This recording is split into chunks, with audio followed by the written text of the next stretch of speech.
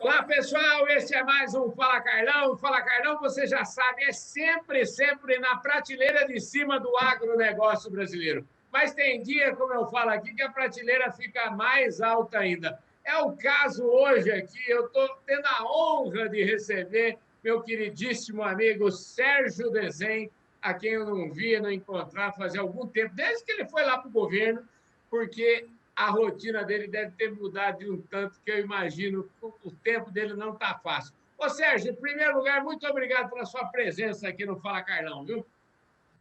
Carlão, sou eu que agradeço a oportunidade de estar aqui com você. Realmente a rotina se alterou muito e diante de uma situação totalmente surreal que a humanidade está vivendo, as coisas ficam mais complexas ainda, né? Sérgio, obrigadíssimo pela sua presença. O Sérgio hoje, ele é diretor de Política Agrícola e Informações lá da Conab, que é o DIPAI, e a gente trouxe ele aqui hoje que eu quero fazer vamos dizer assim, vamos ver se a gente faz um desenho aqui do que é a Conab. Mas antes de fazer esse desenho aqui, como já é tradição aqui no Fala Carlão, a gente tem sempre que falar um pouquinho da vida de como as coisas chegaram até aqui. O Sérgio, ele é vamos dizer, um freguês assíduo do Fala Carlão, da época que o Fala Carlão ainda era presencial, então a gente não tinha muito tempo para falar dessas coisas. Ô, Sérgio, deixa eu te falar, eu sei que você já começa, eu tenho uma empatia com o Sérgio muito grande, porque já começa que ele é de Tatuí. Tatuí foi a cidade. Eu nasci numa maternidade em Tatuí. Eu sou natural do Porangaba, está escrito lá no meu documento, mas eu nasci mesmo foi na maternidade lá em Tatuí, que aqui em Porangaba nem maternidade tinha. Ô, Sérgio, conta para nós como é que foi a sua infância aí, fala um pouquinho dessa Bom, sua, dessa sua, desses seus anos antes de chegar no governo. bom, em primeiro lugar, né, Carlos, eu sou natural do Tatuí, vivi lá até os 20, 21 anos, sou filho e neto de produtores rurais, né? Tem essa cara meio de alemão, mas é uma família de italianos, né? Eu sempre cresci dentro de uma propriedade produtora que vivendo da produção. E eu tinha como característica, né, meu avô, que era o patriarca da fazenda, sempre foi um cara muito controlado e tinha a fazenda muito controlada e ele sempre foi muito ávido por informação e por tecnologia. Então eu cresci num ambiente onde nós tínhamos uma fazenda, não era uma de uma fazenda de 500 hectares, né? Não é nada espetacular, mas tinha um nível de produtividade muito alto. E a gente produzia milho, tinha uma suinocultura e cria, recria, engorda de animais de cruzamento industrial. Então, foi esse o ambiente que eu cresci. Como a propriedade é relativamente perto do aeroporto de Viracopos e da própria Exalc, e também de São Paulo, a gente recebia, e tinha muito controle, a gente recebia muito pesquisador nacional e internacional, desenvolvimento de produtos. Então, eu cresci nesse ambiente. Dentro desse ambiente, eu resolvi, né, por livre e espontânea pressão da família, neto mais velho, que vai fazer agronomia. Só que dentro da agronomia, eu me encontrei na área de economia agrícola, né? E eu tive, vamos dizer, o privilégio de ser uma geração que criou o CPEA, né? O que era o CPEA? O CPEA era um centro que desenvolvia pesquisas para entidades de governo, entidades internacional, mas não tinha vamos dizer, uma geração de informações. Com o processo de, vamos dizer, de retrocesso no sistema de informação brasileiro, o CPEA nasceu com uma oportunidade, né, dentro da Universidade de São Paulo, de geração de informações. Né? E os tempos eram outros, né? Nós fazíamos tudo por telefone, tudo isso é feito por telefone até hoje lá, e nessas andanças de ida e vinda, cursos de extensão, eu conhecia a ministra Tereza, né, num curso de extensão da Exalc. Ela era superintendente do Senar Mato Grosso do Sul. Eu me aproximei muito do pessoal da Federação da Agricultura do Mato Grosso do Sul que para mim sempre foi um exemplo em termos de federação, de instituição, né? E aí ficamos amigos, e durante todo o tempo a gente sempre conversou sobre vários temas da agricultura. Quando ela foi indicada para o Ministério, logo depois a gente começou a conversar. Eu tinha intenção de buscar, de conhecer o que era governo. Então eu disse para ela, ministra, eu gostaria de trabalhar com você no sentido de, para mim, vou encarar como um pós-doc. Ainda eu lembro dela falando, mas você vem para Brasília? Eu disse, sim, vou para Brasília, porque eu encaro isso como acadêmico, que é um pós-doc, como se eu estivesse fazendo um pós-doc no exterior. Vindo aqui, eu fui para o gabinete dela, fiquei 2 meses, realmente é maciço, o gabinete demanda-se de tudo, tem todas as formas de demanda, o país é continental e nós não temos estruturas que são no nível do que demanda a agricultura brasileira. E a ministra se desenrola de uma forma fantástica, aprendi muito nesses 2 meses, e aí começou a pandemia.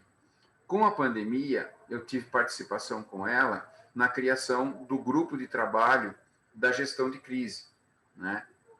Como bom pesquisador, você começa a pensar, e nós logo de cara esquematizamos em 3 níveis.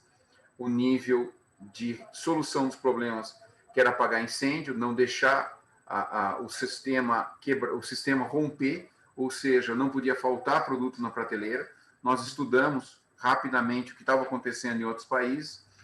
Nós tomamos como exemplo, por exemplo, os ingleses, que começaram a faltar, e aí, quando falta um produto na prateleira, você tem uma falta generalizada de produtos.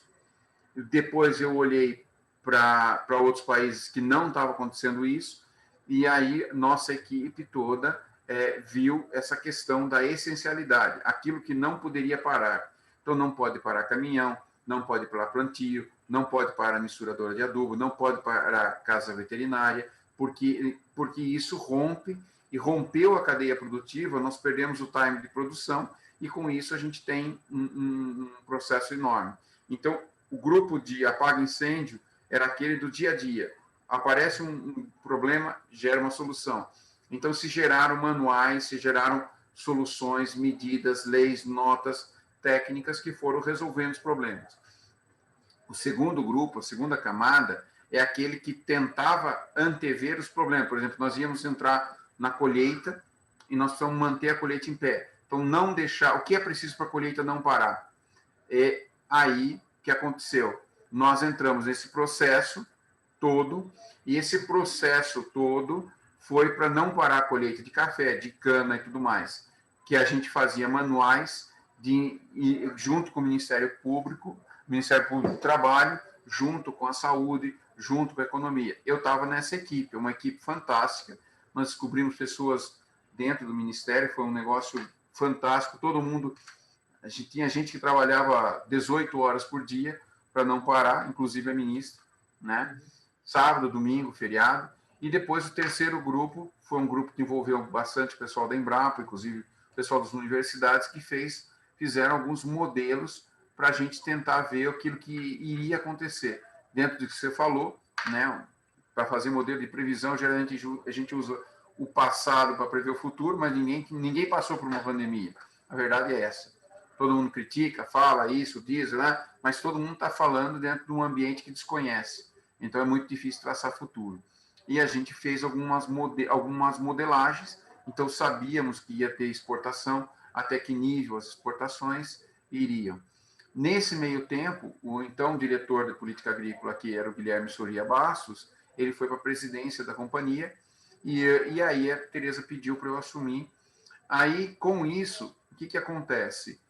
A gente dá continuidade ao trabalho, o Guilherme também era um técnico, né?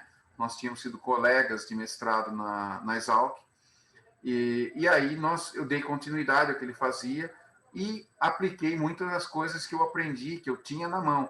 Então, nós começamos a gerar modelos de previsão, né? Modelos que indicavam o que estava acontecendo, e trabalhar na efetividade dos balanços de oferta e demanda. Esses balanços, por exemplo, eles entraram em ação na questão do arroz, no caso típico. Por quê? Se você intervém no mercado, não deixa exportar, que é o que o pessoal quer que faça, você rompe uma cadeia e no ano seguinte, aquele cliente que contava com o produto que você não vendeu, não entregou, vai deixar de comprar de você. Então, o produtor de arroz ia ficar ruim, porque ia ter uma quebra de preço, o consumidor ia ficar feliz. Só que, num segundo momento, o produtor de arroz não ia querer produzir, porque não teria como exportar, como vender, e o consumidor ia ser penalizado porque não ia ter o produto. Então, o que a gente fez? A gente fez toda uma modelagem para a ministra, né?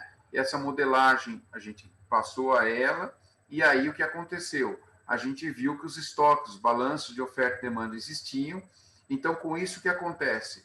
Ela não é ela que toma a decisão, mas ela passa essas informações para o conjunto do governo e o governo toma a decisão de baixar a alíquota de importação. Com isso, o que acontece? Você reduz, né? Você diz ao mercado que o mercado pode buscar o produto no exterior. Então, o preço de paridade de importação cai, e com isso, o mercado diz assim, olha, cheguei no limite. Aí, a gente tinha nos modelos que 2 meses depois o preço começaria a cair. Realmente foi o que aconteceu, e a gente vê que o arroz voltou a um patamar menor. Então, dessa forma, é um exemplo daquilo que a gente tem que fazer no dia a dia para não deixar que a coisa degringole.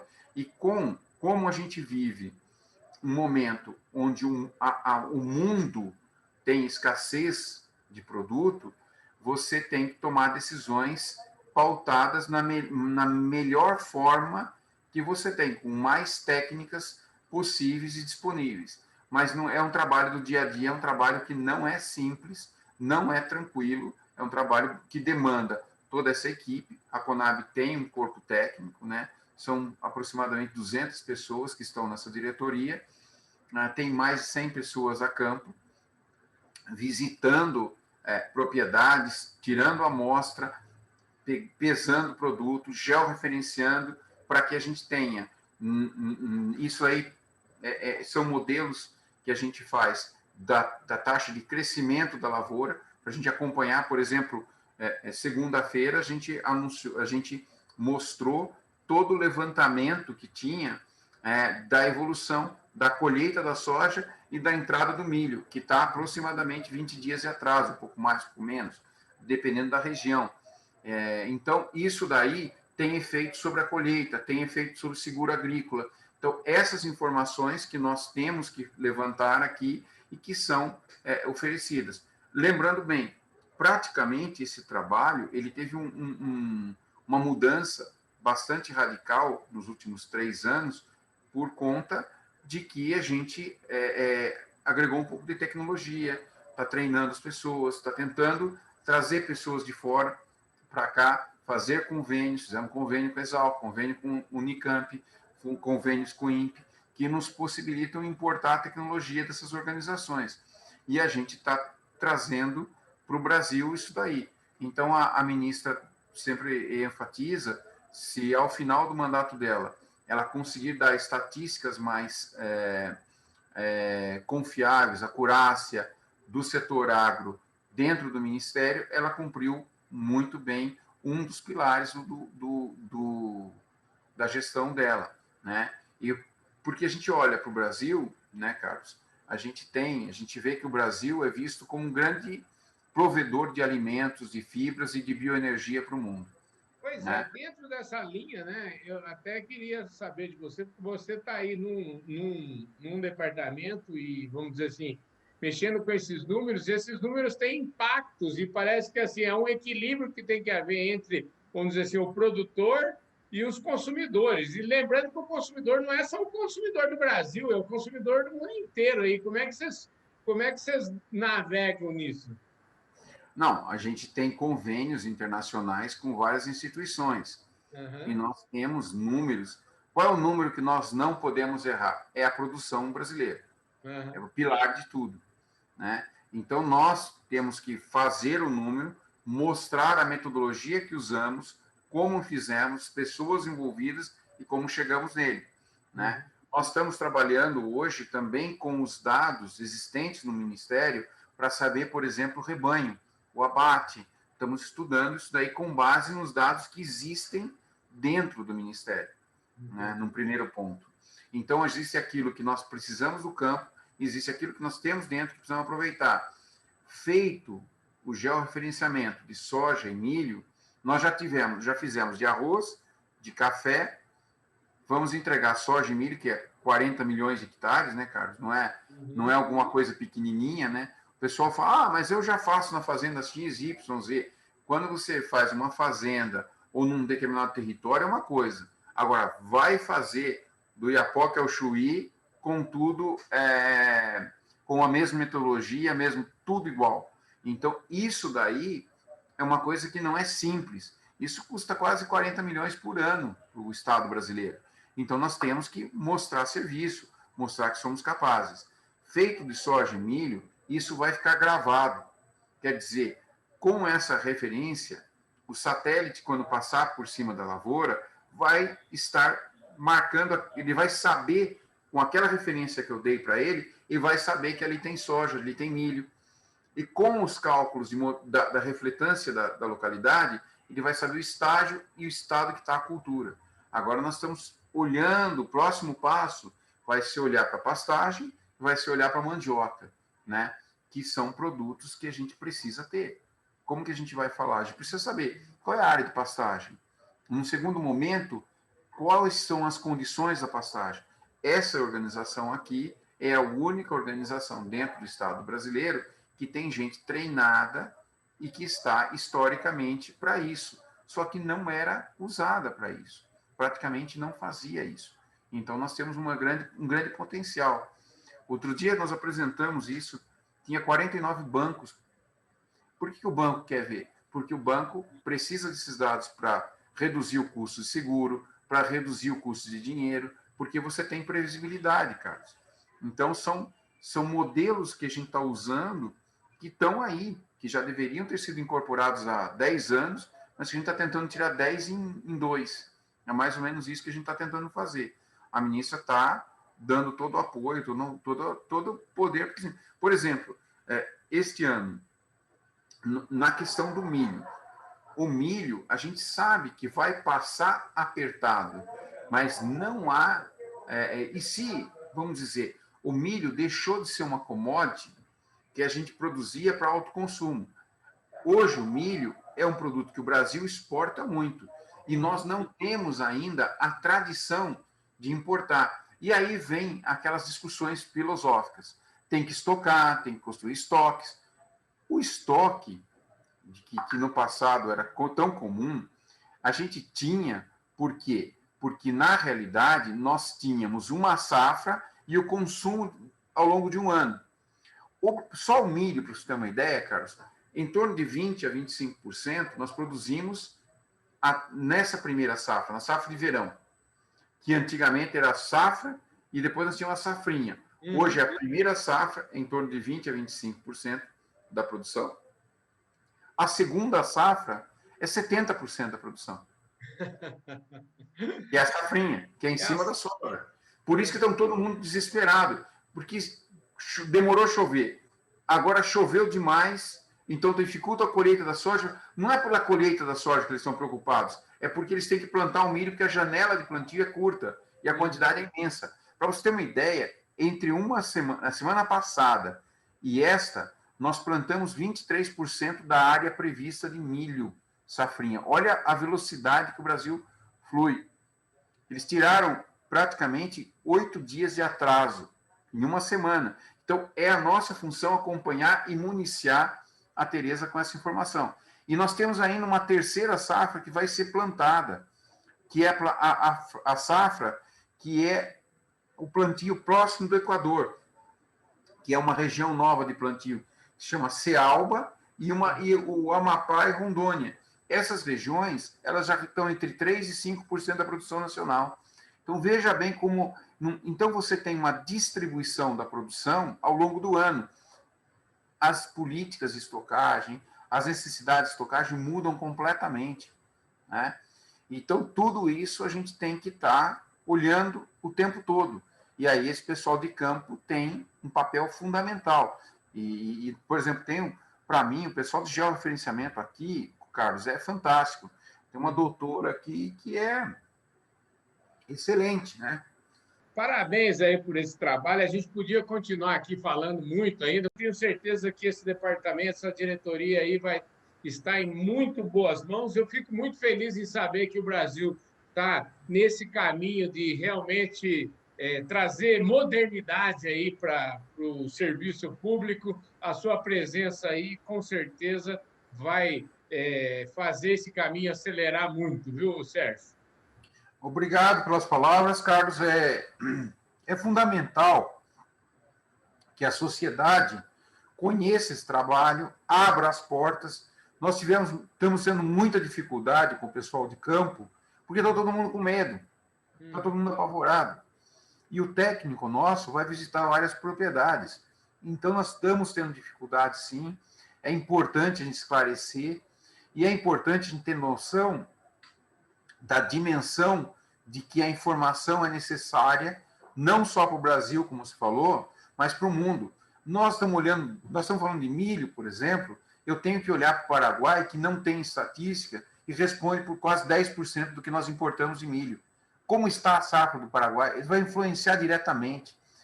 Tem modelos de previsão, que a gente está conversando com a Austrália, Nova Zelândia, e a gente vê que a Ásia vai crescer 200 milhões de consumidores, não é China, é Ásia, porque está Indonésia, Vietnã, Camboja, Laos, Filipinas, Singapura. Esses países todos, eles vão incorporar 200 milhões de consumidores de proteína nos próximos 5 anos, com uma renda média de $35.000. Então, a gente tem que conversar, tem que ver. O mapeamento, né? Estou com um técnico da Conab que foi para o INPE agora. A tarefa dele no INPE, o plano de estudo para fazer esse PhD dele lá, é justamente ele voltar e nos dizer qual o percentual da área de pastagem que pode ser convertido para a agricultura. E nós temos que analisar sistemas de integração pecuária-lavoura-floresta, porque esse é o caminho, que a terra não estica. Nós não temos como esticar, nós temos que aumentar a produtividade. Quando a gente passa nos fóruns internacionais e mostra a área de soja, a área de plantio brasileira, diz assim, nossa, mas tudo isso, 80 milhões, é que é 40 mais 40, é planta sobre planta. E eles não entendem isso. E já temos modelos de planta sobre pastagem, e assim por diante. Então, é um modelo que a gente tem que mostrar para o mundo. E tem que ter dados, não adianta a gente achar, a gente tem que mostrar, matar a cobra e mostrar o pau, né, Carlão? É isso aí, gente. Sérgio, obrigado pela sua presença aqui. Você sempre traz informação de altíssima qualidade. Eu vou querer que você volte aqui outro dia para a gente continuar essa prosa. Vou querer também que você faça injunções, dizer para Tereza que nós estamos esperando ela aqui no nosso programa Fala Carlão. O Fala Carlão está à disposição, à sua disposição, à disposição do Ministério, à disposição de todas as pessoas que estão trabalhando e que estão dando e suando aí para fazer o serviço público virar um serviço de excelência, e você é uma dessas pessoas, e eu te admiro uma barbaridade. Muitíssimo obrigado pela sua presença aqui, viu, Sérgio? Carlão, eu que agradeço mais uma vez, estamos à disposição, tá? Conte conosco. Gente. Maravilha, é isso aí. Este foi mais um Fala Carlão, sempre na prateleira de cima do agronegócio brasileiro. Se você gostou desse vídeo, deixa aí o seu like, se inscreve no canal, aperta o sininho para você receber as nossas notificações, deixe o seu like, deixe o seu comentário e, principalmente, faça como o Sérgio, compartilhe esse vídeo com todos os seus amigos. Um forte abraço, eu vejo todos vocês no nosso próximo programa. Valeu, Sérgio, um abraço. Um abraço, Carlos.